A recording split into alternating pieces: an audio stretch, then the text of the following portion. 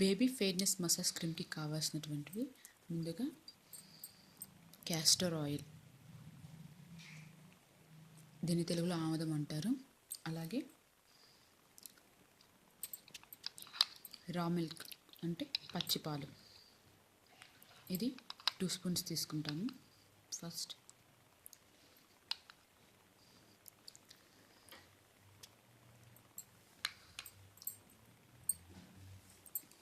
అలాగే దీన్ని కూడా 2 స్పూన్స్ తీసుకుంటాము.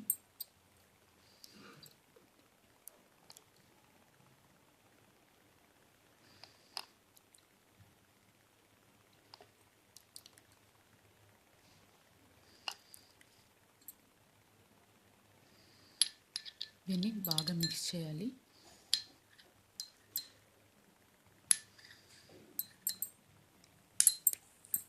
దీన్ని బాగా మిక్స్ చేస్తే ఒక క్రీమ్ లాగా వస్తుంది.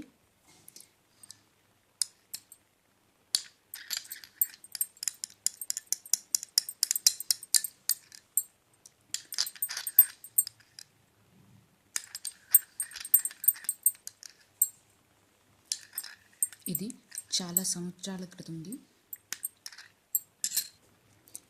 దీన్ని స్పెషల్గా పిల్లలకి తయారు చేసేవాళ్ళు, తల్లిపాలతో అప్పట్లో చేసేవాళ్ళు. ఇప్పుడు మనం ఈ పచ్చపాలతో తయారు చేస్తున్నాము. చూడండి, ఇది బాగా మిక్స్ చేయడం వల్ల బాగా మంచి క్రీమ్ కన్సిస్టెన్సీ వచ్చేసింది.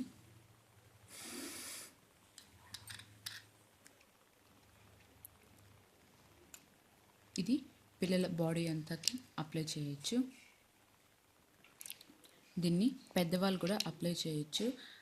ట్రెడిషనల్ వే అంటే పుట్టిన పిల్లల నుంచి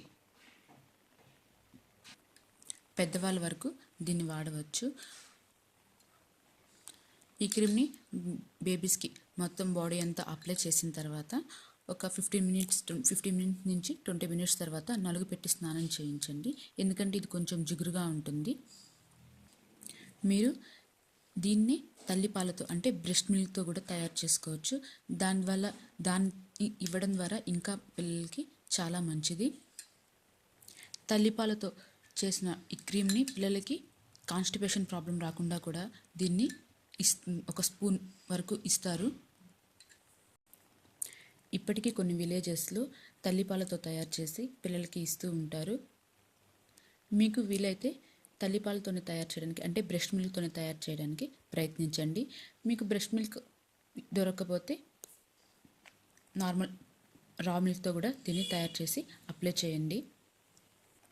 దీన్ని కొద్దిగా ఇలా తీసుకోండి, దీన్ని బాగా మసాజ్ చేయండి.